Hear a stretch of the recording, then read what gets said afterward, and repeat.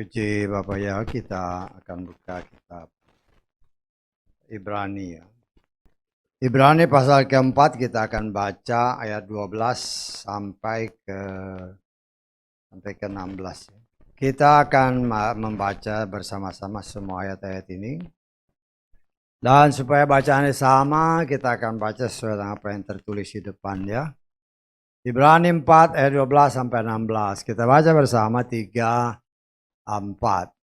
Sebab firman Elohim lah yang hidup dan berkuasa, dan lebih tajam daripada pedang bermata dua manapun, juga sanggup membelah hingga terpisahnya jiwa dan roh, serta sendi-sendi dan sum-sum.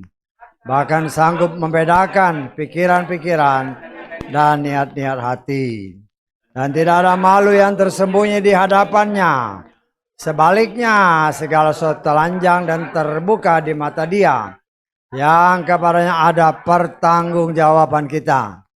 Selanjutnya, karena mempunyai seorang imam besar yang agung, yang telah melintasi langit, yaitu Yeshua putra Elohim, maka kita dapat berpegang teguh akan pengakuan itu. Sebab kita tidak memiliki imam besar yang tidak berkuasa untuk bersimpati dalam kelemahan-kelemahan kita.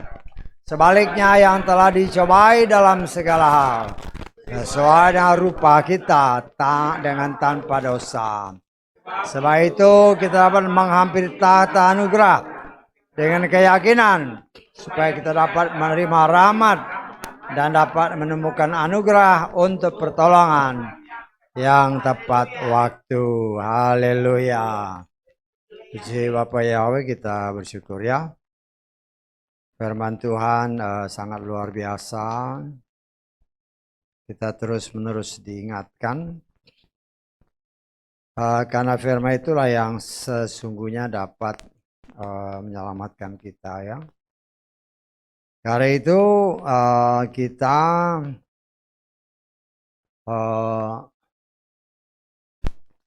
diberi kebebasan untuk memilih. Ya, kalau mau selamat ya ikut firman-Nya. Kalau nggak mau selamat ya jalan sendiri. Nah, itulah kebaikan Tuhan, itulah kasih Tuhan ya. Kasih Tuhan tidak mau memaksakan kehendaknya. Karena itu sejak pertama kali manusia dibentuk oleh Tuhan, ya. Kemudian ditaruh di Taman Eden. Tuhan sudah memberikan kesempatan pribadi lepas pribadi untuk memilih, khususnya dalam hal ini Adam dan Hawa. Ya, Tuhan menaruh di dalam Taman Eden ada 2 pohon di tengah-tengah taman. Ya, pohon kehidupan dan pohon pengetahuan yang baik dan jahat. Ya, Tuhan beri kebebasan mau pilih yang mana. Ya, sehingga kita melihat di sini itulah baiknya Tuhan. Dan Tuhan pun sampai saat ini sebagai bentuk kasih-Nya, Dia juga memberikan kepada kita kebebasan untuk memilih. Ya, pilih. Berkali-kali dalam Torah dikatakan, pilih hidup atau pilih mati. Ya, banyak orang kalau dikatakan pilih hidup atau pilih mati, dapat dikatakan ya. Semua orang memilih tentunya kehidupan ya. Tetapi di dalam kenyataannya ya,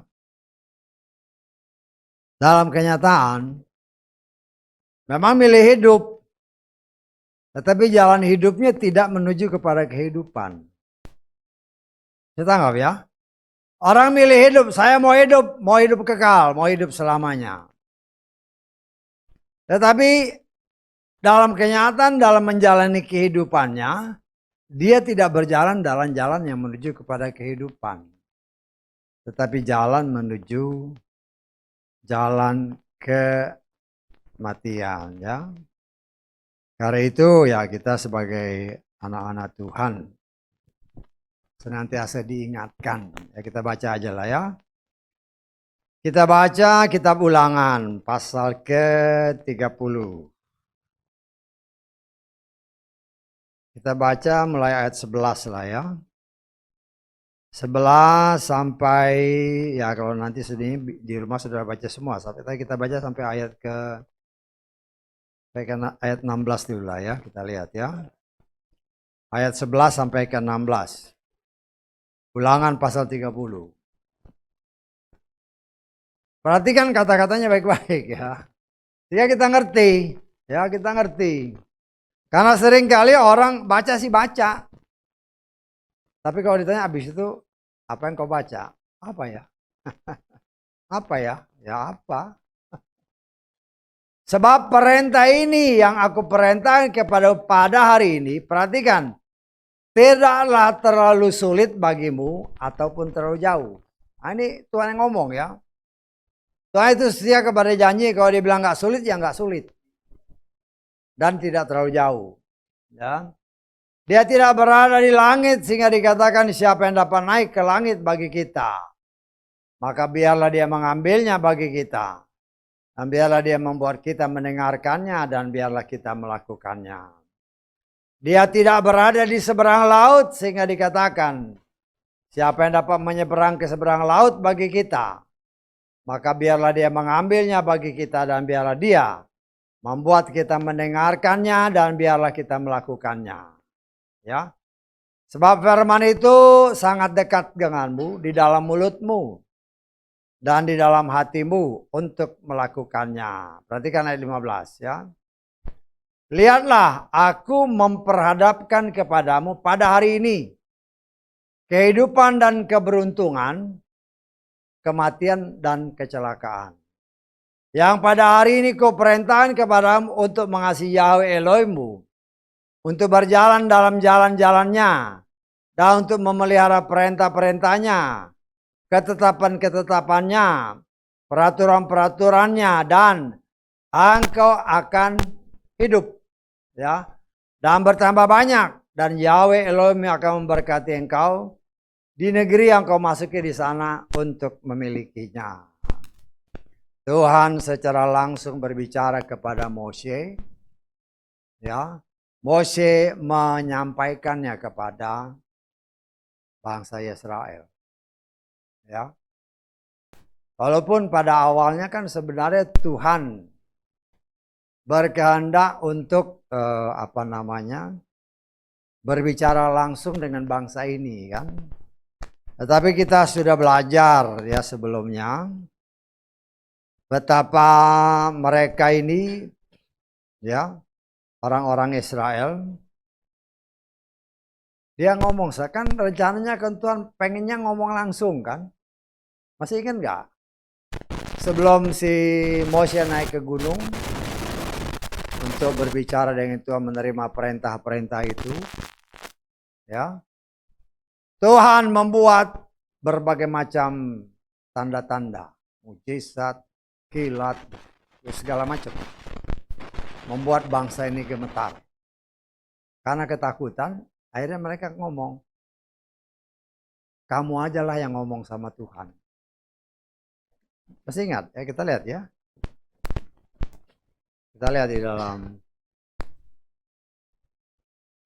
di dalam Keluaran pasal 20 ayat berapa? 18 ya. 18 sampai ke 20 aja lah. Ya 21 sampai 21 ya. Ini kita udah baca ya karena kita udah belajar dari Kejadian pasal 1 ayat 1. Karena itu diulang supaya diingat. Diulang pun masih lupa terus. Ya. Seluruh umat itu menyaksikan guntur dan kilat bunyi sangkakala dan gunung yang berasap dan umat itu melihatnya dan menjadi gemetar dan mereka berdiri di kejauhan dan mereka berkata kepada Mose, berbicaralah engkau kepada kami maka kami akan mendengarkan, tetapi janganlah Elohim berbicara kepada kami supaya kami nggak mati. Rencananya kan Tuhan main ngomong sendiri. Cuma karena Tuhan bikin segala macam itu tadi membuat mereka gemetar. Loh itu yang langsung ya. Kita aja kalau hujannya gede, angin ribut, geledek, udah ketakutan. Masuk ke kamar udah gentar ya. Ya berdoa Tuhan. Nah, kalau itulah kadang-kadang manusia. Kalau lagi dicengkam ketakutan, yang dia cari Tuhan. Ya. Tapi kalau lagi gembira lupa dia. Ya.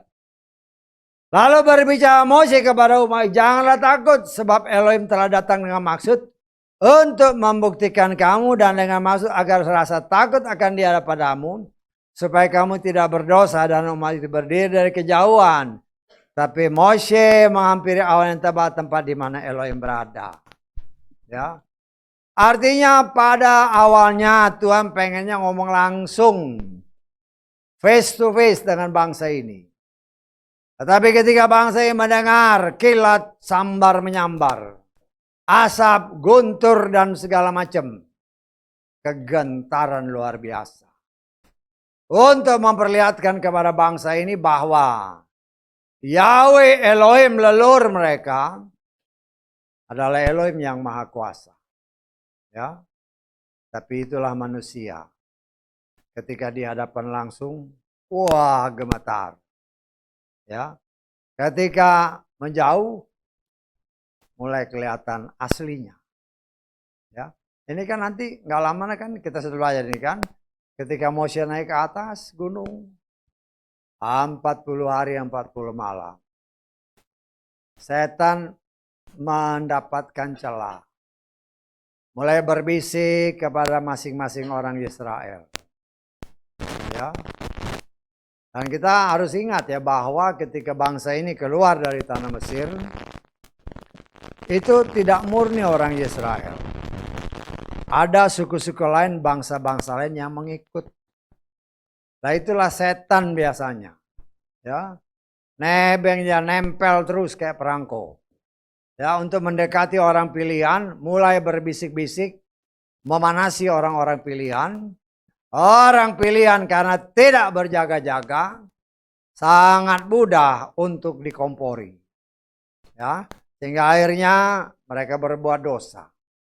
Tuhan yang baru beberapa hari mereka lihat dengan mujizat tanda-tanda luar biasa yang membuat mereka gemetar dan ketakutan, kata firman. Ya.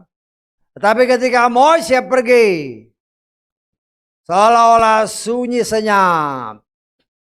Keheningan bukan membuat mereka tunduk kepada Tuhan, tapi keheningan membuat si setan mulai bekerja, menghasut ke sana kemari.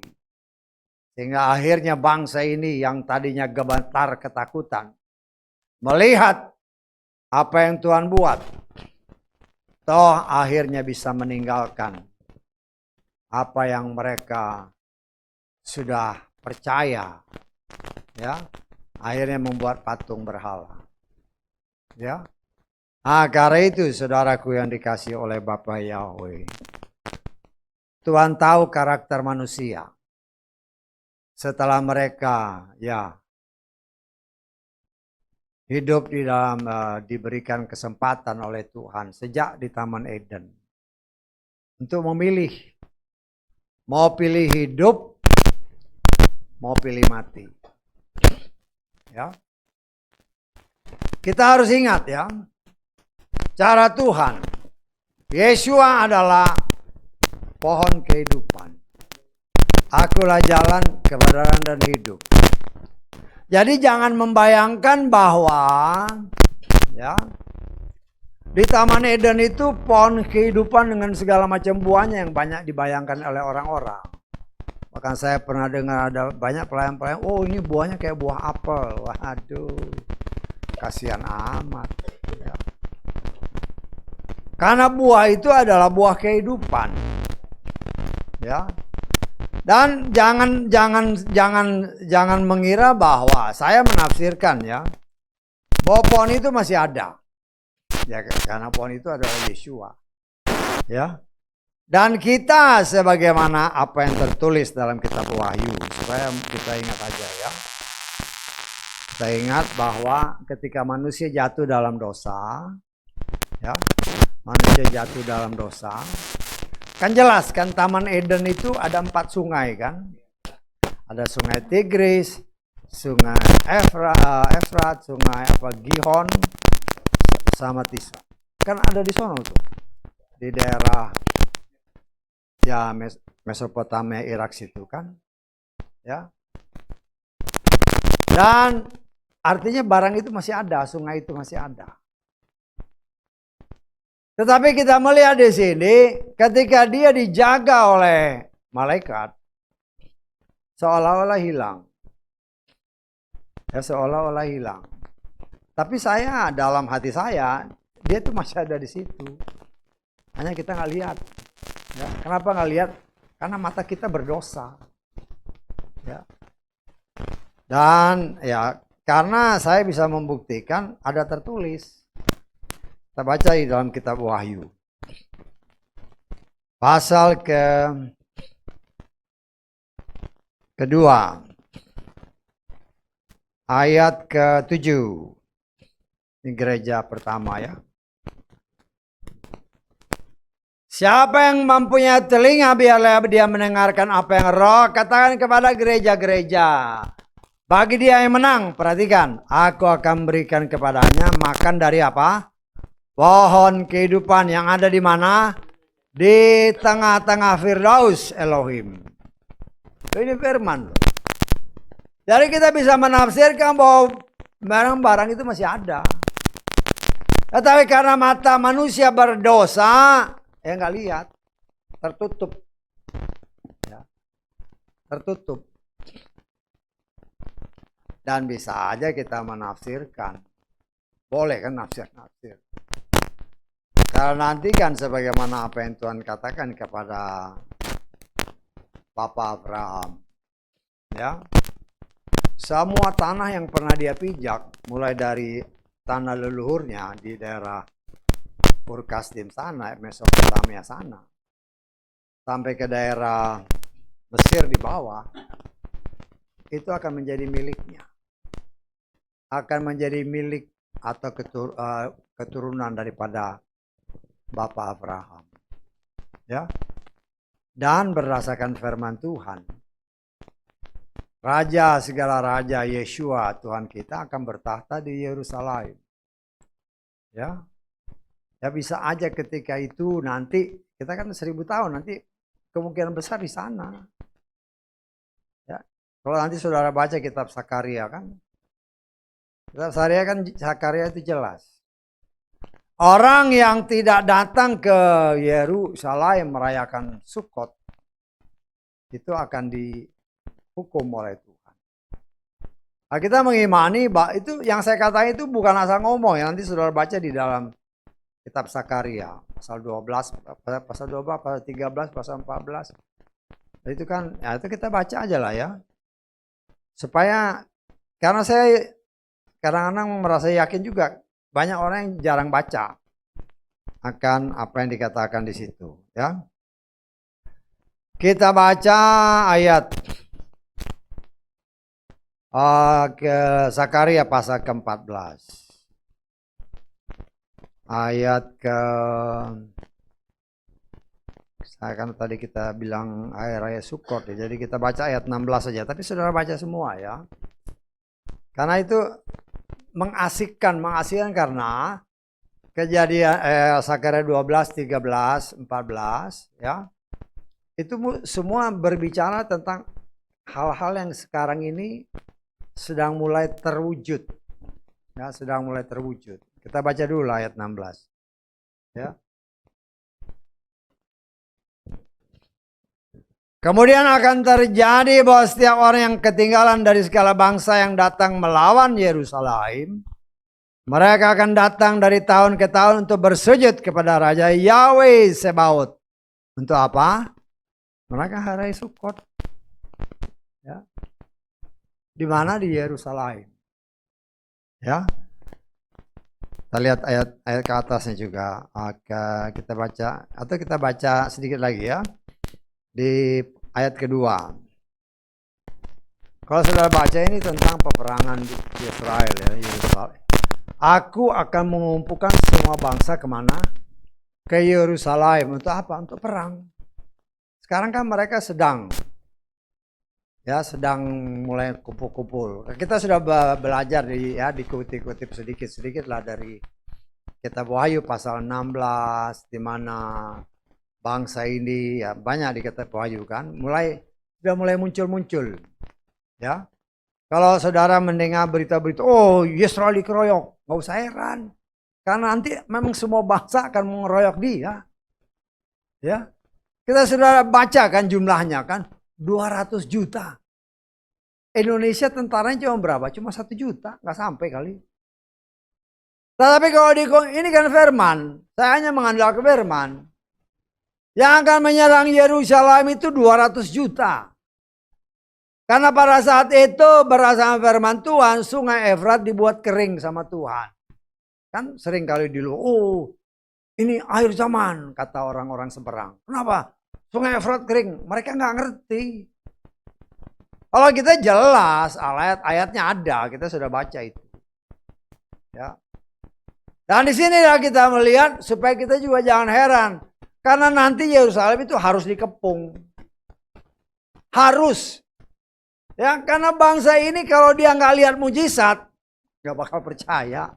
Bangsanya kepala batu. Ya. Tetapi kita melihat di sini, kan mereka nggak percaya Yeshua. Pada saat mereka dalam keadaan terdesak, baru Yeshuanya turun.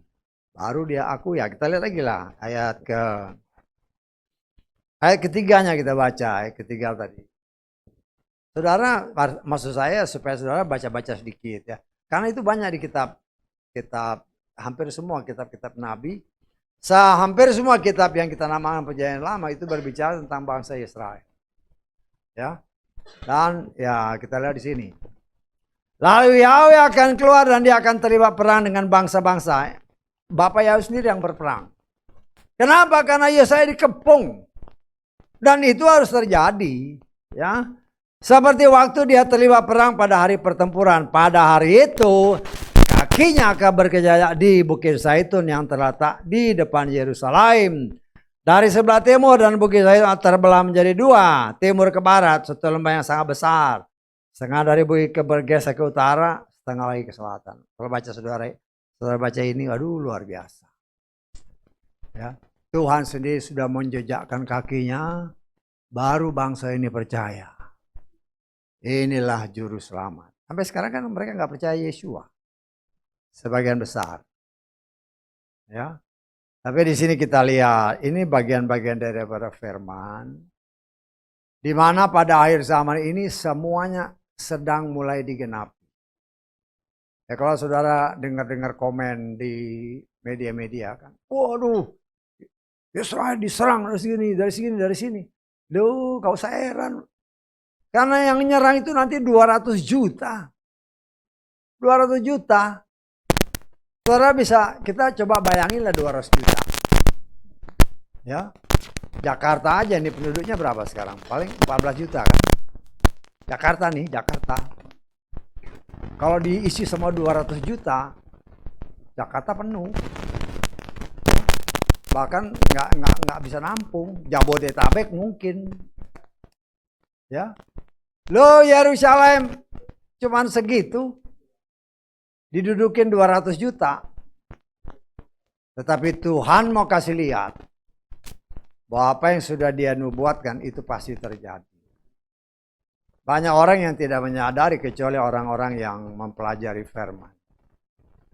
Ya, perkembangbiakan burung-burung pemakan bangkai di daerah sana. Berkembang sangat luar biasa. Untuk apa? Kan kita Wahyu bilang, burung-burung datang untuk makan mayat-mayat ini. Lah itu harus terjadi. Dan kita sebagai anak-anak Tuhan yang percaya akan hal ini semua, karena itu firman Tuhan kita, berdoa aja, ya, supaya kita ngelihatnya nanti dari atas.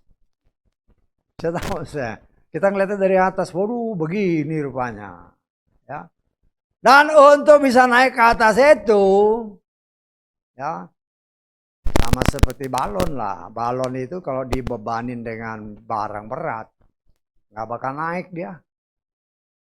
Betul nggak? Walaupun diisi gas yang besar, bebannya keberatan yang nggak naik.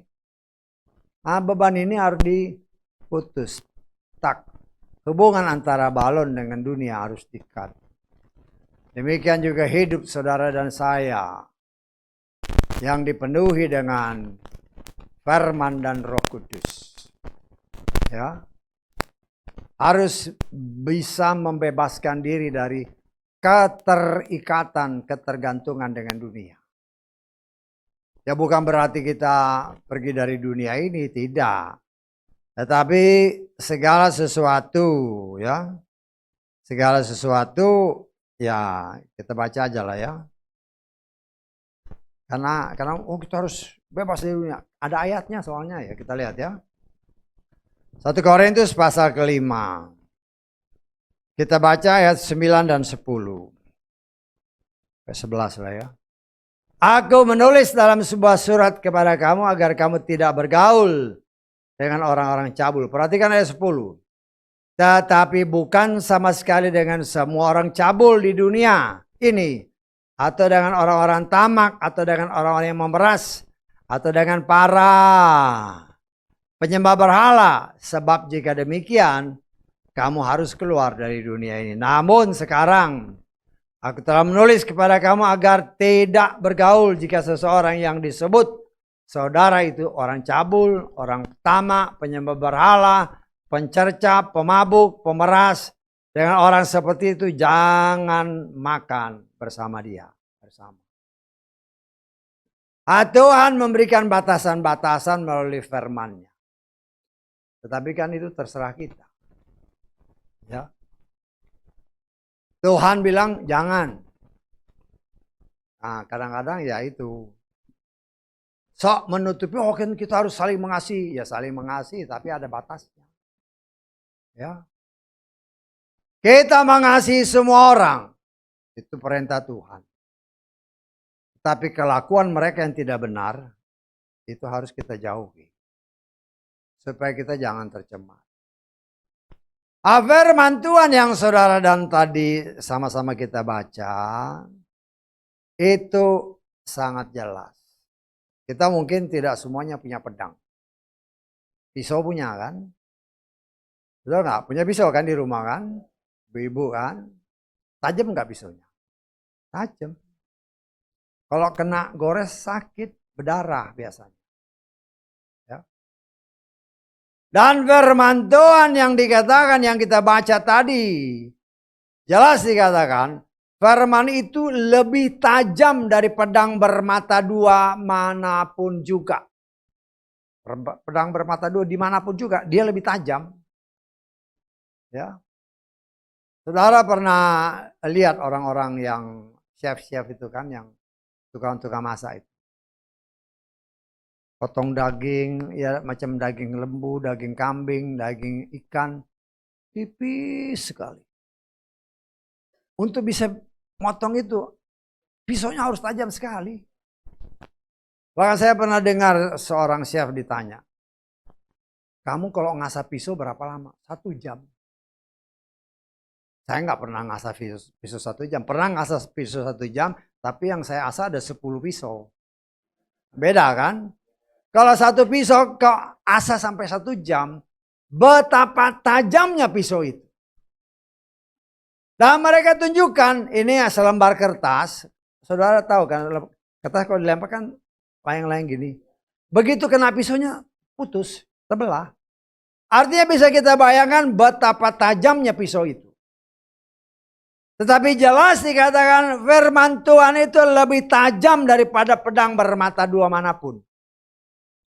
Dan dia menusuk amat dalam.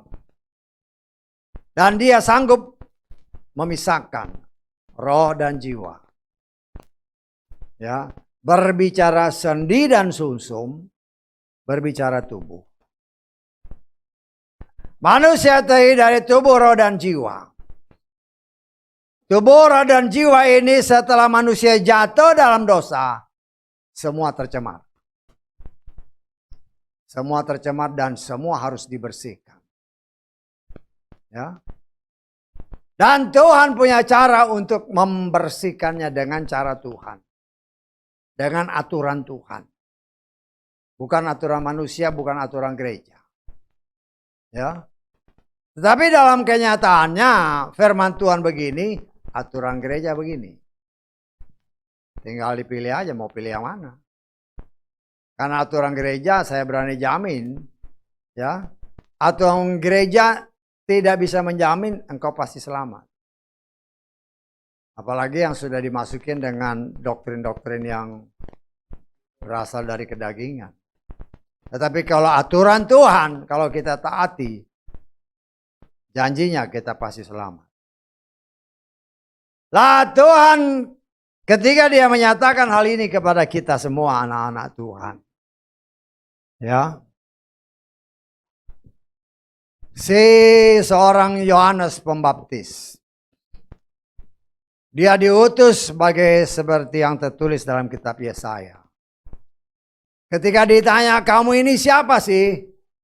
Dia menjawab seperti apa yang dia kutip dari kitab Yesaya. Akulah suara. Ya. Yang berkoar-koar sebelum kedatangan Tuhan. Sebelum kedatangan Yeshua. Dia harus memberitakan, mempersiapkan jalan Tuhan sebelum kedatangannya. Ya.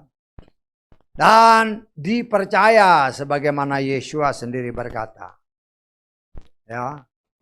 Ketika para murid-murid kan nanya, bukankah Elia harus lebih dahulu datang sebelum kedatangan Yeshua?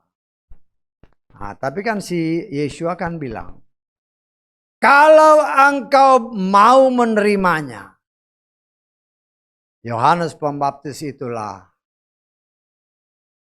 suara Elia sebelum kedatangan daripada Yeshua. Ya, kita itu hal seperti itu kita harus perhatikan ya. Firman Tuhan itu tidak boleh berubah. Ya. Jadi kita coba belajar supaya kita ngerti firman Tuhan dengan benar, ya. Sehingga kita tidak sembarangan untuk mempraktekkan firman itu dalam hidup. Karena firman itu yang menyelamatkan kita. Firman itu yang menyelamatkan kita dan kita harus mengerti, ya. Kita baca dulu di dalam Matius 11. Ayat ke-13 dan 14. Sebab seluruh kitab para nabi dan Torah telah bernubuat sampai Yohanes. Perhatikan ayat ini. Ini Yeshua yang ngomong ya. Jika kamu mau menerimanya, dia adalah Elia yang hampir datang. Dia berbicara tentang tentang Yohanes Pembaptis. Ya. Nah, kita kan harus cek Yohanes Pembaptis itu gimana sih? Kita lihat Lukas pasal 1 ayat ke-17. Ini tentang pribadi Yohanes Pembaptis. Dia, si Yohanes Pembaptis, akan berjalan mendahului dia dalam roh dan kuasa Elia untuk mengembalikan. Perhatikan ayatnya baik-baik ya. Perhatikan ayatnya baik-baik. Untuk mengembalikan hati bapak-bapak kepada anak-anaknya. Dan mereka yang tidak taat kepada kebijakan orang-orang benar. Untuk mempersiapkan umat Yahweh yang telah disediakan bagi Yahweh. Kenapa saya bilang perhatikan baik-baik? Kita baca Maleaki. Kitab Maleaki pasal ke terakhir. Ya. Ayat ke-5 dan 6. Lihatlah, aku mengutus Nabi Elia kepadamu sebelum datangnya hari Yahweh yang besar dan mengerikan itu. Tadi dalam zamannya si Yohanes Pembaptis, dia kan dikatakan roh Elia kan. Sebelum Yeshua datang, roh Elia muncul dulu melalui si Yohanes Pembaptis. Tetapi karena di sini dikatakan sebelum datangnya hari Yahweh yang besar dan mengerikan. Artinya masih ada satu hari lagi orang yang mempunyai roh seperti Elia akan muncul. Kita tanggal, ya, kita baca. Makanya saya bilang tadi perhatikan ayatnya yang di Lukas 1 tadi. Siapa? Apa yang dikatakan di ayat ke-6? Dia akan mengubah hati bapak-bapak berbalik kepada anak-anak. Sama dengan Lukas tadi kan? Sama nggak? Ya. Dan hati anak-anak terhadap bapak-bapaknya, sehingga aku tidak memukul bumi sampai musnah. Apa bedanya yang ini dengan yang di Lukas tadi? Perhatikan lagi ya. Dia akan mengubah hati bapak-bapak berbalik kepada anak-anak. Kemudian hati anak-anak kepada bapak-bapaknya. Kita lihat Lukas pasal 1 tadi. Dia akan mendahului dia dalam roh dan kuasa Elia untuk apa? Mengembalikan hati bapak-bapak kepada anak-anaknya. Kalau yang tadi apa? Ada lagi hati anak-anak kembali bapak-bapaknya kan? Loh itu diperhatikan benar-benar. Ya, berarti Elia yang pertama itu ada pada si Yohanes Pembaptis untuk membalik hati bapak-bapak kembali kepada anak-anaknya.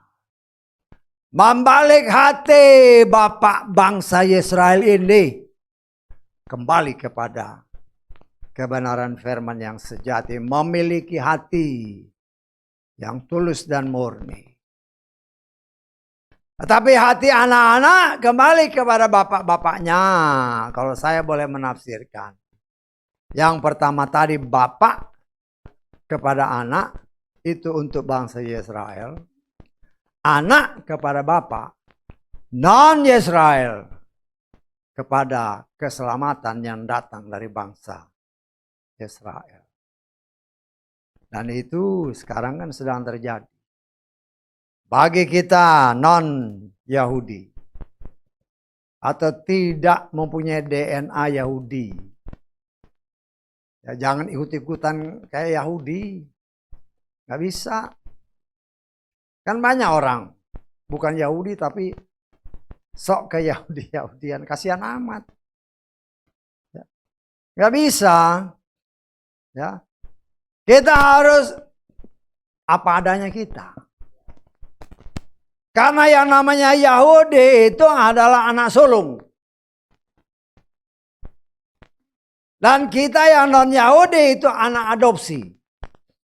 Tetapi dua-dua memperoleh kasih karunia. Dan dua-dua sebenarnya banyak orang juga yang ya tidak memperkirakan apa yang terjadi kepada bangsa Israel adalah gambaran tentang keselamatan yang Tuhan siapkan bagi kedua anak-anaknya. Anak yang sulung dan anak adopsi. Kita sudah belajar ini. Ya, mungkin ya biasanya lupa kan. Ya. Yosua dan Kaleb. Kaleb salah satu arti namanya adalah anjing. Ketika perempuan yang datang kepada Yesua minta roti. Yesua bilang tidak baik memberikan roti kepada anjing. Kepada orang non-Yahudi. Saya menafsirkan. Yosua dan Kaleb menggambarkan orang anak sulung dan anak adopsi. Apabila mereka setia, sama-sama punya hak masuk ke tanah perjanjian. Ya. Orang-orang yang sudah dipakai dengan sangat luar biasa. Model Moshe dan model si Harun. Engkau tidak menghormati aku. Sudah bergaul dengan Tuhan 40 hari 40 malam. Berbicara dengan dia 4 mata. Karena keteledoran sedikit. Karena tidak jaga emosi. Karena bangsa Yesaya membuat dia emosi. Akhirnya tanpa sadar. Dia melakukan pelanggaran. Tuhan bilang kepada Mose. Ngomong sama batu itu. Supaya dia mengeluarkan air. Karena Mose emosi. Mungkin diejek-ejek sama ya dimarahin sama bangsanya kan saudara-saudaranya. Dia emosi. Dia ambil tongkat, dia pukul itu batu. Memang keluar air. Tapi Tuhan berbicara, engkau tidak mempermuliakan namaku di tengah bangsa pilihan. Karena ya boleh dibilang kesalahannya sedikit. Tapi Tuhan setia kepada firman. Engkau tidak setia. Engkau tidak punya hak untuk masuk. Ya. Artinya Tuhan mau menggambarkan kepada saudara dan saya. Sebagaimana yang telah dikatakan dan kemarin juga kita diingatkan kembali. Kita diberi roti mana? Roti yang tidak beragi. Roti atau firman yang tidak dicampur aduk. Menjadi makanan saudara dan saya. Di dalam menjalani kehidupan ini untuk bisa sampai ke tanah perjanjian. Ke tempat yang sudah Tuhan persiapkan. Janji yang Tuhan berikan bagi orang pilihan. Dan anak adopsi. Yaitu saudara dan saya. Tetapi apabila Tuhan mau kasih lihat kepada orang yang seperti Mose aja. Karena melanggar. Tidak diperkenankannya masuk. Apalagi kita kalau hanya ini Anda adopsi cuma dicantel aja. Sombongnya minta ampun. Ya, katakan cuma dicantelin doang. Ya. Tetapi bikin hal-hal yang nggak benar-benar, tidak mau mengerti bahwa Tuhan itu serius untuk menyelamatkan orang. Kenapa? Karena manusia diciptakan serupa dan segambar dengan Dia. Manusia. Karena Tuhan mau menyelamatkan manusia karena dosa mereka. Yang tertipu dengan perbuatan si jahat. Karena itu untuk proses menyelamatkan dia berikan jalannya. Ini firman. Ya, manusia terdiri dari tubuh, roh dan jiwa. Rasul ataupun Yohanes Pembaptis yang diutus Tuhan mendahului kedatangan Yeshua. Dia berkata, aku dalam kitab Matius pasal 3. Kita lihat ayat ke-11. Matius pasal 3 ayat 11. Sesungguhnya aku membaptis kamu dalam air untuk pertobatan. Tetapi yang datang sesudah aku, dia lebih berkuasa daripada aku. Yang tentang dia, aku tidak layak untuk membawa kasutnya. Dia akan membaptis kamu dalam Roh Kudus dan api. Manusia terdiri dari tubuh, roh dan jiwa. Ya, baptisan tubuh dilakukan oleh pelayan-pelayan yang Tuhan persiapkan. Baptisan tubuh, baptis artinya diselam, dimandikan tubuh, roh dan jiwa kita. Ya, tubuh kita dibaptis dengan air, dengan cara yang benar. Kalau hanya namanya dibaptis, diselam ya diselam. Jangan pakai teori gereja ini, nggak ada. Ingat ya, kita harus ingat ya. Tuhan itu tidak mendirikan agama ya. Agama itu bikinan manusia. Tuhan kasih firman, ini kamu ikuti. Bukan agama yang dia dirikan. Tapi manusia kan membentuk dirinya. Akhirnya diciptakan yang dikenal dengan nama agama, padahal agama itu bukanlah ciptaan Tuhan, tetapi ya kenyataan ya memang itu dari dalam bahasa kita, sebenarnya aslinya kan dalam bahasa Sanskerta ya. Agama, a itu tidak, gama itu kacau, supaya jangan kacau kayak diberikan jalan ya. Tapi Tuhan kasih firman, bukan asal dibiarkan begitu aja, nggak bisa. Manusia yang diciptakan serupa dan segambar dengan dia ini harus diatur supaya ngerti. Nah, karena mereka telah jatuh dalam dosa, tubuh, roh dan jiwa mereka telah dirusak sama setan. Karena itu tubuh ini harus dilahirkan kembali. Yesus berkata dalam Yohanes pasal 3 kepada Nikodemus, apabila engkau tidak dilahirkan dari air dan roh, kau tidak punya hak masuk ke dalam surga. Nggak bisa masuk dalam kerajaan Bapakku. Karena itu sebagaimana kitab Mazmur menyatakan, manusia dikandung dalam dosa. Manusia dilahirkan dalam dosa. Manusia hidup dalam dosa. Tidak ada dosa yang masuk ke surga.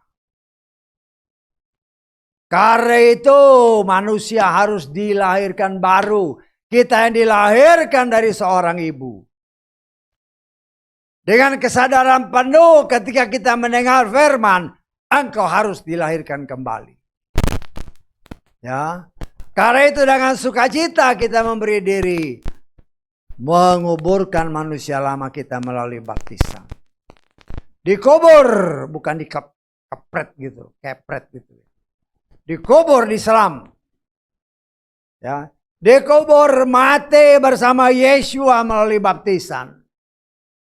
Keluar dari air, lahir dari firman melalui baptisan bersama Yesua. Dengan cara yang benar, yang dikenal oleh orang-orang pilihan. Dia telah lahir baru. Asal dilakukan dengan cara yang benar. Dengan nama yang benar. Dengan orang yang benar. Satu kali. Ya.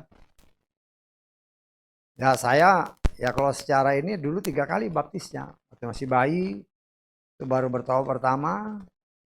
Dia masih pakai nama yang lama, capnya belum benar. Ya dipakailah cap yang baru. Cetek. Ini anakku. Kasih meterai deh. Lah. Setan lihat kan? Waduh. Sudah ada meterai yaitu Roh Kudus. Gak berani deh jamaah. Ya. Dan baptisan air. Kalau semua dilakukan dengan benar. Hanya 1 kali. Dan dilakukan oleh pelayan Tuhan yang benar. Ya. Sudah berkali-kali hal ini diberitahukan. Saudara tahu lah maksudnya. Ya. Karena nanti ada orang, oh itu lagi. Memang kebenaran itu diulang-ulang. Kalau nggak diulang-ulang ya lupa terus. Ya, kita sebagai pelayan Tuhan yang nginget-ngingetin aja. Kadang-kadang, oh diulang aja sih. Ya biarilah. Kupingku merah karena dengar diulang. Yang penting aku kasih tahu. Tetapi baptisan roh dan baptisan jiwa. Itu dilakukan oleh Yesus. Roh kita sudah tercemar. Karena itu harus diperbaharui. Karena itu dikatakan oleh firman Tuhan. Ketika kita lahir baru. Lahir dari firman. Karena engkau anak. Kata kitab Galatia. Maka Roh Kudus diberikan. Kita diberi materai kata kitab Efesus. Materai berbicara kepemilikan. Ini anakku. Kau setan tidak punya hak. Ya. Tapi ingat, jangan main mata sama setan. Ya. Jangan main mata, jangan seperti bangsa saya sudah keluar dari perbudakan. Karena banyak mata-mata yang non-Yahudi yang ikut serta. Mereka yang menghasut akhirnya membuat bangsa ini yang sudah dibebaskan dari perbudakan, akhirnya disingkirkan oleh Tuhan. Karena mereka terpengaruh dengan bujukan-bujukan yang berasal dari setan. Karena itu dikatakan dalam firman Tuhan, jangan beri kesempatan kepada setan. Baptisan air 1 kali. Yang dulu-dulu itu belum baptis namanya. Bagi saya ya. Memang ya dibaptis, tapi itu karena tidak benar, salah, namanya salah, berarti belum dilakukan, belum lahir baru. Setelah kita lahir baru, kita diberi Roh Kudus. Ya. Karena itu dikatakan dalam kitab Matius tadi.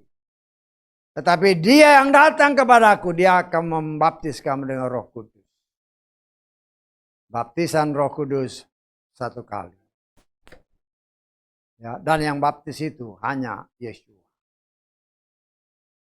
Ya, dan kita harus ingat, orang yang dipenuhi dengan Roh Kudus belum tentu hidupnya dipimpin oleh Roh Kudus. Bisa tangkap ya? Saul ketika dia mulai dipanggil untuk menjadi raja. Ketika dia berkumpul dengan para nabi, dia bernubuat, dia penuh dengan roh. Tetapi hidupnya tidak dipimpin oleh Roh Kudus. Akhirnya binasa. Dipenuhi Roh Kudus. Tapi mengabaikan apa yang Roh Kudus katakan, dia tidak mau ikuti. Tapi kita sebagai anak-anak Tuhan, ya kita mengucap syukur lah. Bukan berarti kita lebih hebat dari si Saul, Bu. Belum tentu. Ya. Nah, kita juga sudah dibaptis dengan Roh Kudus karena kita anak. Kalau kau benar-benar anak, ya. Yang disebut anak adalah kalau kita tubuh kita dibersihkan dengan benar, dibaptis dengan benar, dengan cara yang benar dan nama yang benar. Baru diberikan Roh Kudus. Tetapi kalau kehadiran Roh Kudus engkau abaikan. Pertama memang engkau dipenuhi Roh Kudus. Tetapi hidupmu tidak dipimpin oleh Roh Kudus. Pasti binasa. Contoh yang paling gampang itu si Yudas. Yudas itu dipenuhi karena Tuhan kasih kuasa kan. Ya waktu itu belum ada pencurahan Roh Kudus secara langsung. Karena Roh Kudus dicurahkan setelah Yesus berangkat. Tapi dia dipimpin oleh Roh Kudus, diberi kuasa oleh Tuhan. Tetapi dia tidak hidup sesuai dengan kehendak Tuhan. Dia binasa. Ya. Dan banyak juga orang yang tadinya dipenuhi Roh Kudus. Tapi hidupnya tidak mau dipimpin oleh Roh Kudus. Ya. Roh Kudus itu roh yang diberikan Tuhan kepada saudara dan saya. Untuk mengajar kita. Supaya kita mengerti firman. Dan bisa mempraktekannya. Dan dia akan menolong kita, memampukan kita untuk bisa mempraktekkan. Kalau kita bisa mempraktekkan, dia akan berakar, bertumbuh dan berbuah dengan baik untuk kemuliaan Tuhan. Karena itu kita yang sudah dipenuhi dengan Roh Kudus, janganlah berjalan dengan keinginan sendiri. Tetapi biar kita hidup, kita benar-benar bukan saja dipenuhi Roh Kudus, tetapi biarkan Roh Kudus memimpin jalan hidup kita. Ya, Roh Kudus, roh yang benar-benar dari Bapa Yahweh. Bukan main-main Roh Kudus. Sekarang kan banyak orang, saya dipimpin oleh Roh Kudus. Tapi kelakuannya nggak benar. Bukan banyak kenyataan seperti itu. Nah, kita harus sangat berhati-hati karena setan pun. Karena itu di tempat ini saya juga sebagaimana tertulis dalam kitab Korintus kan. Boleh berbahasa lidah, tapi hati-hati. Semua ada aturannya. Tertib. Ya. Wah kelihatannya luar biasa bisa berbahasa lidah berjam-jam. Tapi nggak ada yang menerjemahkan, nggak ada gunanya. Karena bahasa lidah itu adalah bahasa atau pembicaraan roh kita dengan roh Bapa Yahweh. Ya. Jadi kita harus sangat berhati-hati. Kita lihat dulu ya. Di dalam, kan ini kan salah satu karunia daripada Roh Kudus. Roh kita yang berbicara dengan roh Bapa Yahweh. Yang ngerti itu hanya roh kita dengan roh Bapa Yahweh. Kadang-kadang kita nggak ngerti. Saya tangkap. Walaupun itu keluar dari mulut kita nggak ngerti. Itulah yang dapat saya tafsirkan bahasa rahasia antara roh kita dengan roh Tuhan yang tidak dimengerti sama setan. Tetapi setan itu lecek, dia bisa tiru-tiru. Saya tangkap. Karena kan nggak ada yang ngerti. Nah, kita lihat dulu dalam 1 Korintus pasal ke-14. Ayat 18-19. Atau kita baca ayat 2 dulu deh ya. Kita baca ayat 2 dulu. 1 Korintus 14 ayat 2. Sebab yang berbicara dengan bahasa lidah, dia berbicara bukan kepada manusia, melainkan kepada Elohim. Karena tidak seorang pun mendengarkan, dan dia membicarakan misteri dalam roh. Kita lengkap ayat 18 dan 19.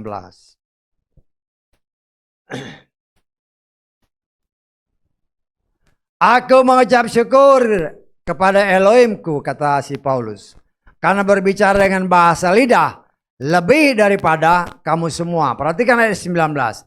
Namun di dalam jemaat aku ingin berbicara 5 kata melalui pikiranku daripada berlaksa-laksa kata dengan bahasa lidah, supaya dengan ucapan mulutku aku dapat mengajar orang-orang lain juga. Karena bahasa lidah itu siapapun nggak ngerti. Kecuali Tuhan. Kita berdoa minta Tuhan artinya apa.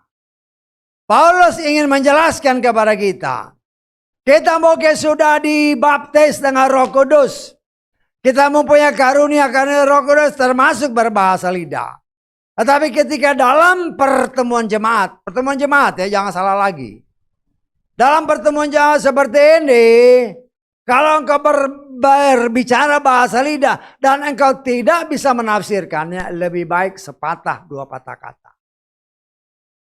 Karena kalau engkau berbicara begitu nggak ada orang yang ngerti, setan bisa masuk. Nggak ada yang ngerti kok. Setan bisa masuk dengan cara dia, dan karena setan punya kata-kata yang masuk, jangan heran jemaat jadi ngawur. Karena itu dibatasi. Kecuali kalau engkau di rumah sendiri, engkau mau berbicara dari pagi sampai pagi lagi dengan bahasa lidah, itu urusan rohmu dengan roh Tuhan. Tetapi dalam kumpulan berjemaat, diingatkan oleh itu. Karena itu di tempat ini saya mewanti-wanti. Bukan saya larang saudara berbahasa, ya silakan. Tetapi ketika kau berbicara dengan bahasa lidah, minta Tuhan supaya kau bisa mengartikannya. Atau kalau ada orang lain yang dengar dia bisa mengartikan, no problem. Tapi kalau tanpa kontrol, ya setan bisa masuk di situ. Jadi kita harus sangat hati-hati. Tuhan memberikan kepada kita rohnya dengan berbagai macam karunia-karunia. Sehingga dengan karunia-karunia itu ya termasuk karunia melayani, karunia katakanlah berkhotbah, itu kan karunia. Pemberian dikasih. Jadi nggak ada yang bisa disombongin. Ya. Diberi oleh Tuhan. Ya. Tetapi kalau kita mendukakan Roh Kudus, ya sudah. Roh Kudus bisa meninggalkan. Sama seperti siapa? Saul. Ya. Saul ketika dia mengabaikan apa yang Tuhan perintahkan, kan Tuhan perintahkan. Ya. Tunggu ya, bakar korban melalui Samuel. Dilihat musuh udah makin dekat, Samuel nggak nongol-nongol. membuat dia semakin gemetar. Akhirnya apa? Dia memberanikan diri, kata firman Tuhan, ya, untuk membakar korban. Karena dia tidak punya hak untuk membakar korban. Karena dia bukan orang Lewi, ya, dan bukan keturunan imam. Hanya keturunan imam, ya, yang berasal daripada keturunan Harun yang boleh mempersembahkan korban. Kemudian dia juga, ya, banyak hal. Akhirnya karena dia tidak menghormati Roh Kudus yang tadinya memenuhi dia, dia dukakan Roh Kudus pergi. Roh Kudus pergi, roh jahat masuk. Ya, roh jahat masuk. Ya, kalau karena roh jahat masuk, ya udah, semakin jahat dan sampai binasa. Orang yang melakukan penyangkalan terhadap Tuhan, beberapa contoh yang kita lihat. Saul, matinya bunuh diri. Si Yudas, matinya bunuh diri. Ya. Dan itulah akibat orang yang tidak mau menghormati Roh Bapa Yahweh yang ada di dalam kita. Karena itu, Paulus mengingatkan kepada kita, tidak tahukah kamu bahwa tubuhmu bukanlah milikmu lagi? Ya, kita lihat di dalam 1 Korintus pasal ke-6. Ayat ke-19.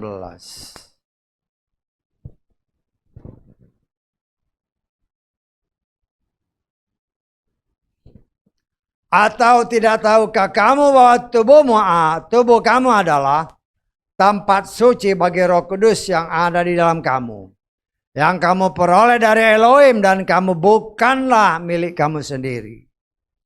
Kita harus ingat bahwa kita yang sudah lahir baru, sudah diberi Roh Kudus, ingat tubuh kita bukan milik kita lagi. Tubuh kita adalah bait daripada Roh Kudus, tempat Roh Kudus tinggal. Karena itu Tuhan ingatkan berkali-kali, karena tubuh ini bukan milikku lagi, jangan makan makanan yang kotor. Ya. Karena makanan kotor itu kan yang membuat tubuh kita secara jasmani kuat. Makanan itu yang membuat tubuh jasmani kita menjadi kuat. Tetapi kalau yang dimasuki itu makanan yang kotor, nah kita sudah, ya, saya lebih lebih senang menyatakan bukan tahir, ya, bukan karena lebih baik kalau di bahasa Inggris kan lebih jelas, clean sama unclean, bersih dan tidak bersih. Sehingga kalau ada orang menyatakan, enggak apa-apa, ini sudah dikuduskan oleh doa. Sering dengar gitu enggak? Nah itu kan tipuan setan. Sekarang logikanya aja, logika nih ya, logika. Kalau sudah tahu makanan itu kotor, banyak lalernya, apa kau mau makan di situ? Nggak mungkin. Apa kau mau doakan? Nggak mungkin. Kecuali kalau sudah, ya, agak sedikit-sedikit lain. Ya.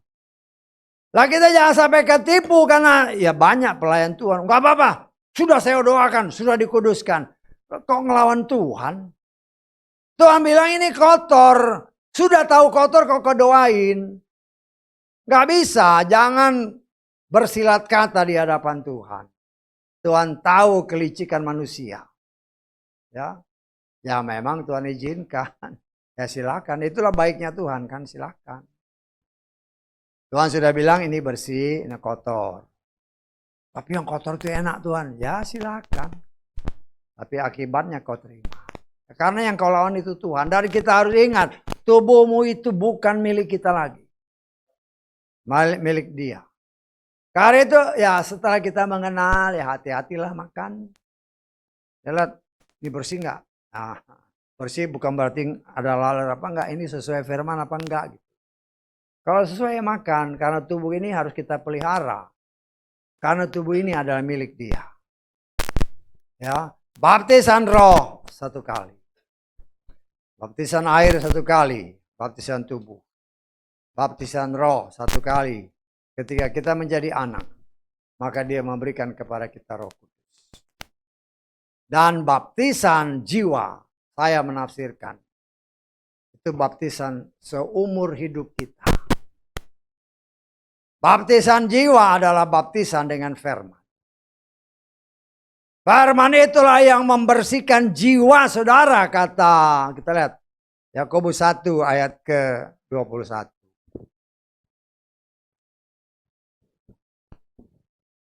Yakobus 1:21.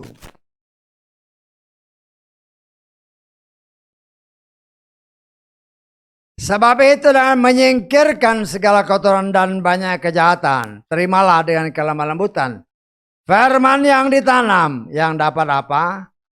Menyelamatkan jiwamu. Berbicara jiwa, berbicara pikiran, perasaan, dan kehendak. Ya, manusia ya, kita bisa ibadah di sini. Wah, di sini kelihatannya rohani banget. Begitu keluar, kelihatan aslinya. Kenapa? Karena jiwanya ini yang masih bisa terpengaruh dengan panca indera. Ya. Masih bisa terpengaruh dengan panca indera, akhirnya membuat kita jatuh lagi dalam dosa. Karena itu saya mengatakan baptisan jiwa, baptisan dengan firman, itu sepanjang umur hidup kita.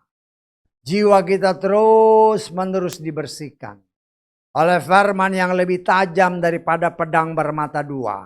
Kalau sudah perhatikan, dia memisahkan roh jiwa.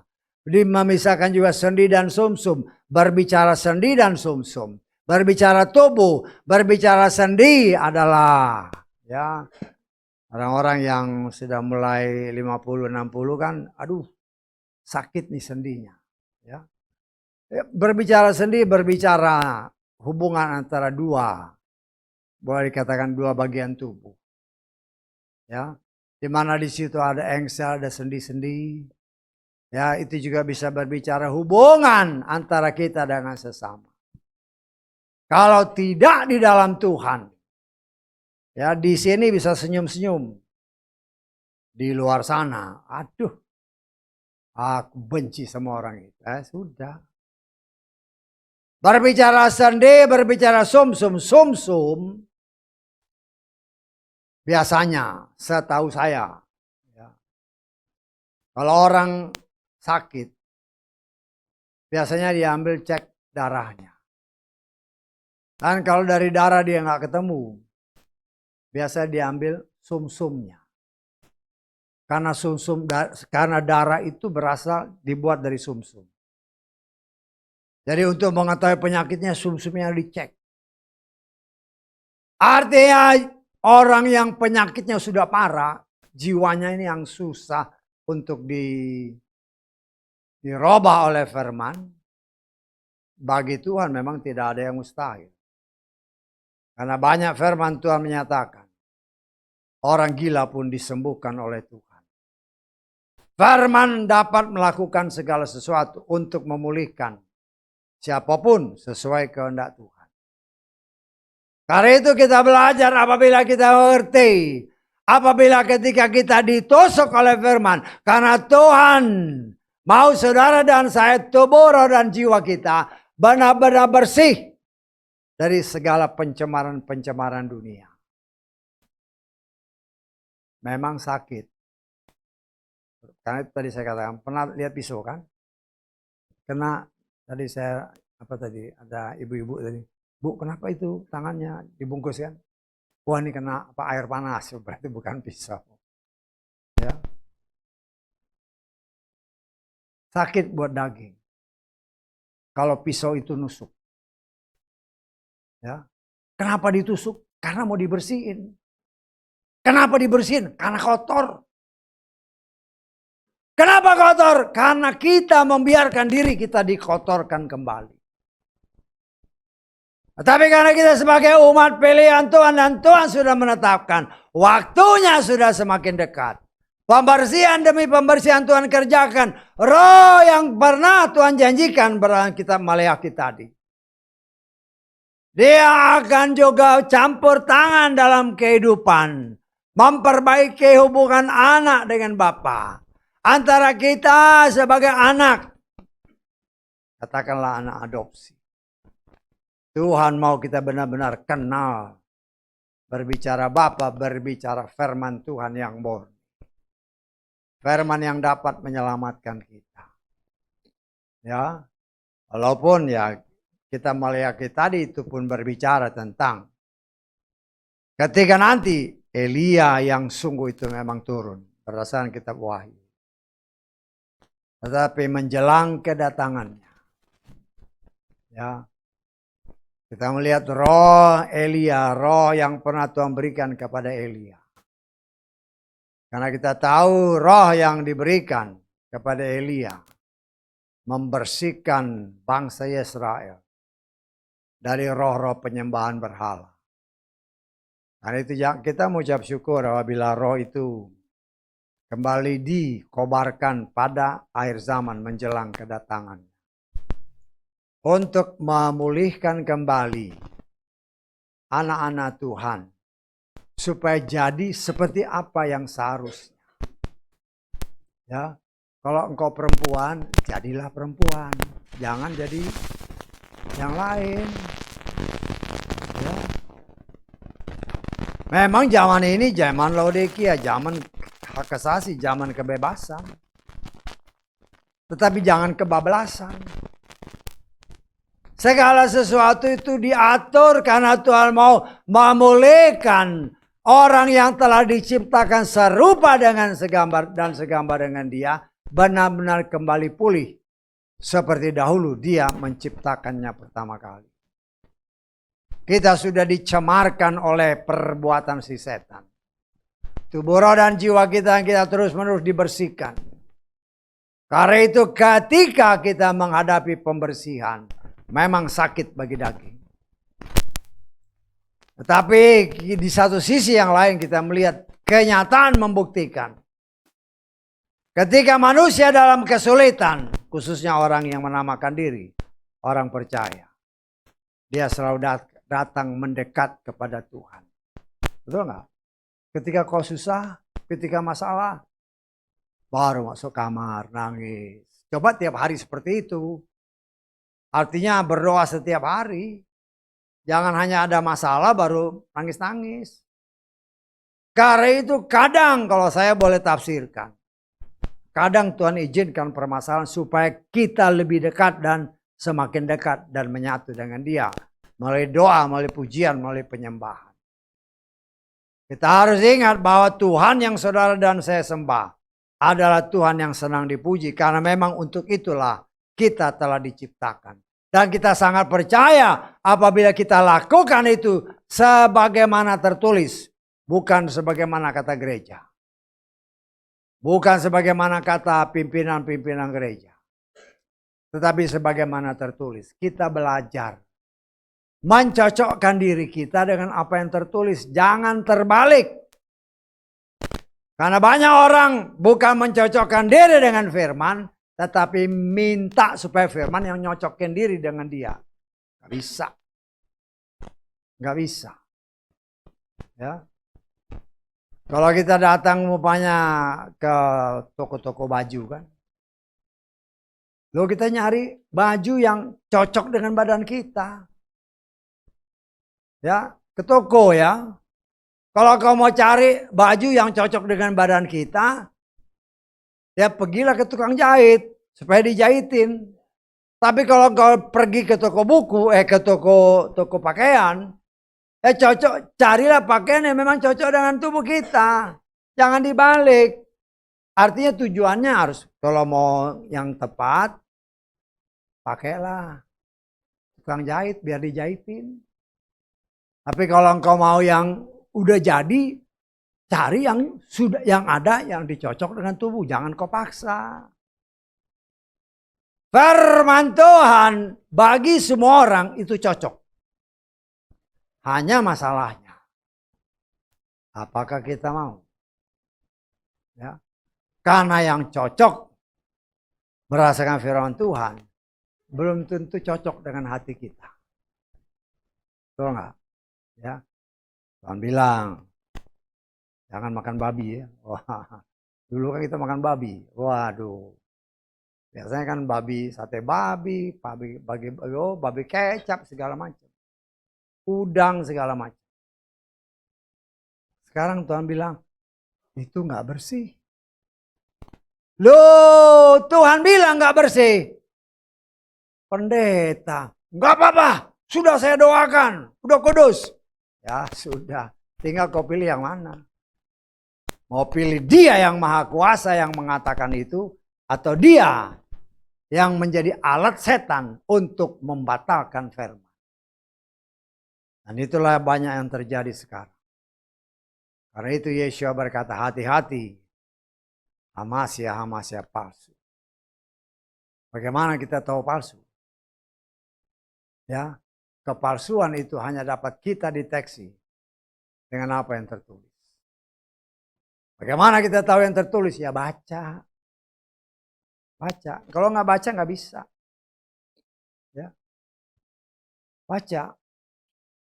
Atau kalau kau malas baca, mungkin aja kan. Malas baca, malas baca capek. Kan rekaman-rekaman kan banyak tuh. Dari kitab Kejadian sampai Wahyu, setel aja, cetek, tinggal tidur lah. Tapi jangan ketiduran, tidur tutup mata. Kalau ketiduran ya sama aja bohong.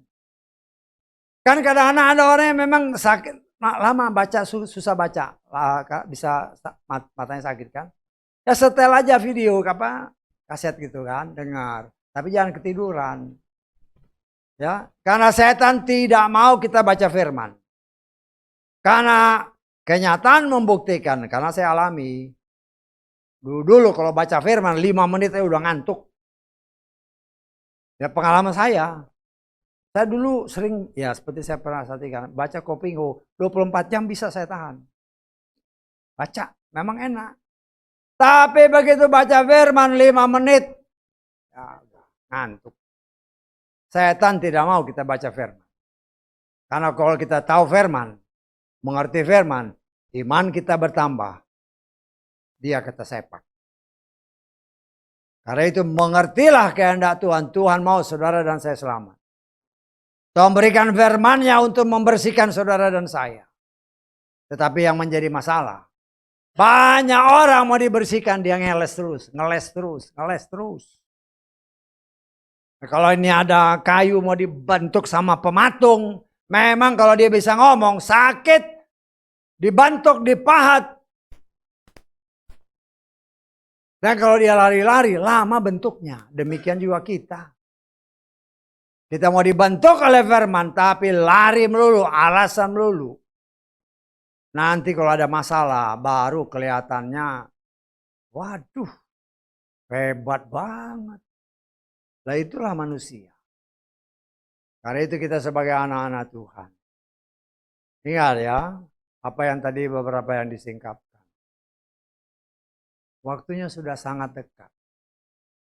Ya, banyak orang bilang, itu tanahnya Israel. Loh memang patokan kita Israel. Patokannya Israel. Karena semuanya kan berpatokan ke Israel. Oh di media, oh ada mujizat begini-begini. Loh memang itu kan dikatakan Yesua. Akan terjadi bagaimana. Dan semua itu terjadi di sana, jangan heran. Tetapi yang harus kita ingat, menandakan waktunya sudah sangat dekat. Masalahnya kita siap apa enggak? Ya, kita harus hati-hati. Ya memang bangsa-bangsa nyerbu ke sana. Tetapi sayangnya banyak orang juga yang salah menafsirkan. Kadang-kadang saya baca di media-media kan, ulasan-ulasan. Waduh, kita saat ini sedang menghadapi 3,5 tahun kesukaran. Sebentar lagi 3,5 tahun yang kedua. Dalam hati saya, kamu ngerti firman apa enggak? Tanya orang-orang seperti itu. Kalau kita tanya 3,5 tahun itu dari mana sih? Banyak orang yang nggak ngerti, itu kan tertulis di kitab Wahyu. Sekarang yang saya tanya itu dari mana? Bukan hanya tertulis dari kitab Wahyu. Dari mana asalnya dan untuk siapa? Itu yang harus kita mengerti dengan benar. Supaya jangan kita tertipu dengan ulasan-ulasan yang tidak benar. Karena banyak orang yang tertipu seperti itu. Wah, ini 3,5 tahun pertama. Ingat sebagaimana tertulis dalam kitab Daniel. 70 minggu ditetapkan untuk bangsamu. Bangsa Israel. Jadi 3,5 tahun yang terakhir itu tetap untuk bangsa Israel. Tetapi, ada tetapinya. Tuhan setia kepada janjinya. Tetangga. Orang yang menyerang engkau, orang yang berbuat jahat engkau akan dihajarnya. Itu kan firman Tuhan kata Kejadian pasal ke-15. Ingat ya, firman Tuhan itu kekal. Kita baca ayat ini satu ya. Karena ini supaya kita ngerti yang dimaksud kejadian 3,5 tahun itu gimana sih? Jangan tertipu dengan ulasan-ulasan yang tidak benar. Kejadian 15 ayat ke 13 dan kita baca ayat 14 lah. Bangsa itu, ini bangsa Mesir, yang akan mereka layani, bangsa Mesir yang memperbudak mereka. Aku juga akan menghukumnya. Jadi jangan hanya baca ini begini aja. Tadi yang sempat diutarakan, Yerusalem diserbu oleh siapa? Seluruh bangsa. Tuhan setia sama firman-Nya ini. Berani engkau menyerang bangsa ini, habis engkau sama. Tuhan yang bilang kan, aku yang akan berperang. Kita baca tadi kan kitab Sakar. Karena ulah mereka menyebu Yerusalem. Terjadilah 3,5 tahun kesukaran itu. Karena kita berperang dengan anak-anak sulung. Jadi jangan salah menafsir 3,5 tahun itu. Karena 3,5 tahun yang terakhir itu untuk bangsamu, bangsa Israel. Kita sudah baca itu dalam kitab Daniel. 70 minggu Daniel kan, kita masih ingat gak? Ya. Karena 3,5 tahun yang pertama itu sudah digenapi oleh Yeshua. Mereka menolak. Sisa 3,5 hari atau setengah minggu, 3,5 tahun yang kita tafsirkan. Nanti Elia turun bersama Mose. Itu untuk bangsa Israel. Tetapi akibat bangsa-bangsa menyerbu Yerusalem, lah bapaknya marah. Bapaknya marah. Karena itu tadi kan dia jejakkan kaki di Bukit Zaitun, bukit itu terbelah. Kan itu tadi firman. Jadi jangan sampai kita tertipu dengan ulasan macam-macam. Kadang-kadang saya heran, wah ini 3,5 tahun kesukaan pertama. Dari mana kau dapat 3,5 tahun itu? Ya kita lihat ya ayat-ayat terakhir ya. Udah nggak masalah supaya karena kita udah ngobrol ke sana. Paling sedikit saudara ada bayangan. Kita jangan sampai ketipu. Ya ulasannya macam-macam soalnya. Ulasan macam-macam tapi ya juga cara menafsirnya beda. Tuhan setia kepada firman-Nya. Itu yang harus senantiasa kita ingat. Kita baca Daniel pasal 9. Ayat 24. 70 pekan telah ditetapkan atas siapa? Bangsamu. Untuk bangsa Israel. Jangan lari dari situ. Ya, jangan lari. Ini Tuhan yang berfirman. Terus kita lihat.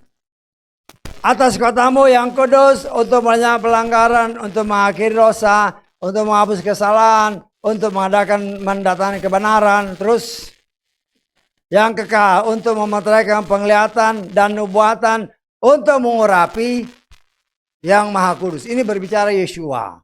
Ketahuilah setelahnya bahwa dari saat perkataan itu keluar, untuk memulihkan, untuk membangun kembali Yerusalem sampai kepada Mesias penguasa itu lamanya 7 pekan. Tadi kan 70 pekan. Pertama 7 pekan. 7 pekan 62 berarti 69 pekan. 70 dikurangi ini tadi Total masih 1 pekan. Setengah. 1 pekan. Ya, yang 7 pekan itu pembangunan bait suci. 7 kali 7. 49 tahun. Di dalam kitab Yohanes dikatakan ketika Yesus bilang, robohkan bait suci ini. Para ahli Farisi bilang 46 tahun kita bangun. Dan di sini 49, jangan heran karena persiapan 3 tahun. Ya, jadi total di sini baru 69 pekan. Sisa kita lihat. Sesudah 62 pekan terus kita baca. Sesudah 62 Mesias disingkirkan. Lihat ini Mesias disingkirkan. Ya. Tidak ada apapun lagi banyak kemudian rakyat dari seorang penguasa sambil datang menyerbu. Mereka mengusang kota Pakistan, pada akhirnya akan ada air bah. Bahkan sampai akhir akan ada peperangan yang menghancurkan yang telah ditetapkan. Dia akan menuju perjalanan ke banyak orang selama 1 pekan. Selama 1 pekan terakhir. Tadi kan 60, total 70 pekan. Terus itu dibagi, ada 7 pekan, ada 62 pekan. Berarti total 69, sisa 1 pekan. 1 pekan ini, pada pertengahan pekan itu menyebabkan korban persembahan sajian terhenti. Yesua dibunuh. Selesai. Sisa setengah pekan. Setengah pekan ini yang banyak diributkan orang sekarang. Wah, ini kesukaan besar. Itu untuk bangsa Israel. Tuhan tidak akan lepas dari apa yang dia katakan. Tetapi seperti yang saya katakan tadi. Karena bangsa ini anak sulungnya diserbu oleh seluruh dunia. Bapaknya marah. Karena bapaknya marah, akhirnya terjadilah kesukaran besar yang dihadapi oleh manusia.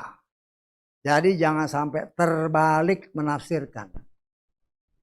Karena Elia dan Mose akan turun untuk mentobatkan bangsa ini, bangsa pilihan. Karena kalau Yesua yang turun, mereka nggak percaya. Tetapi nanti dia menjejakkan kaki baru. Inilah juru selamatku.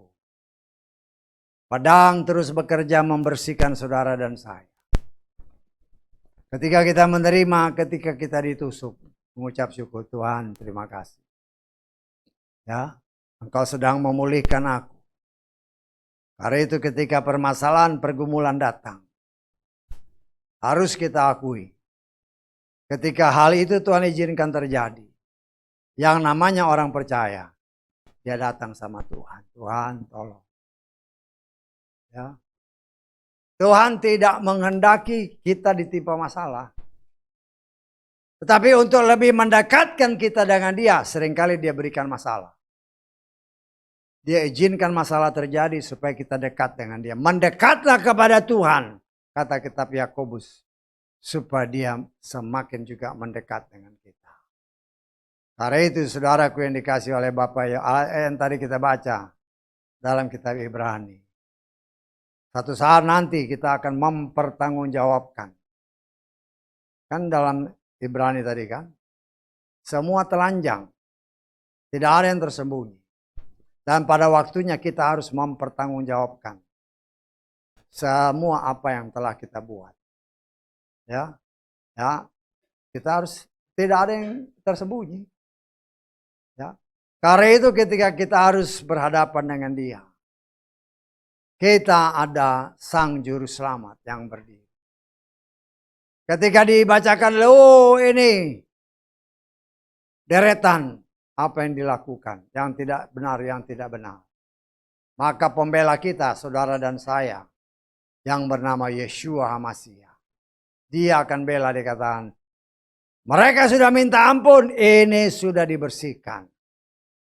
Kita dibela oleh namanya Sang Juru Selamat. Kita dibela, kenapa? Karena kita sudah minta ampun. Permasalahan sudah dibereskan oleh dia. Sehingga kita bersih murni tubuh, roh dan jiwa kita. Ya, ketika sangkakala berbunyi kelak kata firman Tuhan. Ya. Dia terus berkata, satu ayat terakhir, 1 Tesalonika 5, ayat ke-23. 1 Tesalonika 5 ayat 23. Satu ayat terakhir ya. Elohim damai sejahtera, dia sendiri kiranya menguduskan kamu sepenuhnya. Kiranya roh dan jiwa tubuhmu seutuhnya terpelihara tanpa celah pada saat kedatangan Tuhan kita Yeshua Masih. Dia mau tubuh, roh, dan jiwa kita. Ketika sangkakala berbunyi kelak, kata firman Tuhan, engkau dan saya didapati tidak bercacat celah. Sehingga kita dilayakkan, diangkat oleh rohnya untuk tinggal bersama dengan dia. Nah, kita bisa menafsirkan ketika kesukaran apa yang tadi dikatakan di dalam peperangan segala macam. Ya, kita berharap, ya, kita berharap waktu itu kita sudah diangkat. Karena banyak-banyak, ya kita kan hanya bisa menafsir. Apakah kita sudah diangkat dulu, sehingga kita tidak mengalami kesukaran besar itu, atau ya Tuhan masih izinkan pemurnian terakhir sehingga umatnya benar-benar murni. Ya, tetapi saya percaya bila kita sungguh-sungguh, ya hanya berharap kepada Tuhan. Apapun yang Tuhan kehendaki, selama kita hidup di dalam Dia, dunia tidak akan pernah bisa menjamah kita. Karena itu saudaraku dan kita semua, baik yang ada di sini, yang ada di luar sana, kata kitab Ulangan tadi. Ulangan 30. Kalau kau mau hidup dan dengan melakukan apa yang Tuhan kehendaki, sehingga kita didapati tidak bercacat celah tubuh dan jiwa kita, kita pasti selamat. Karena itu janji Tuhan. Dia mau semua orang selamat. Ingat ya, Tuhan setia kepada firman-Nya. Di satu sisi dia bilang, dia mau semua selamat. Tetapi di sisi lain dia katakan, keselamatan hanya akan terjadi apabila kita mau melakukan firman. Artinya, pilihan ada di tangan kita. Dan saya sebagai pelayan Tuhan mengingatkan terus-menerus tanpa bosan. Mari kita sama-sama maju, sama-sama belajar dan mengerti firman Tuhan. Belajar mempraktekkan dengan Roh Kudus yang telah memenuhi hidup kita. Belajar supaya Roh Kudus memimpin hidup kita, sehingga kita tetap berjalan di dalam kebenarannya. Haleluya, amin.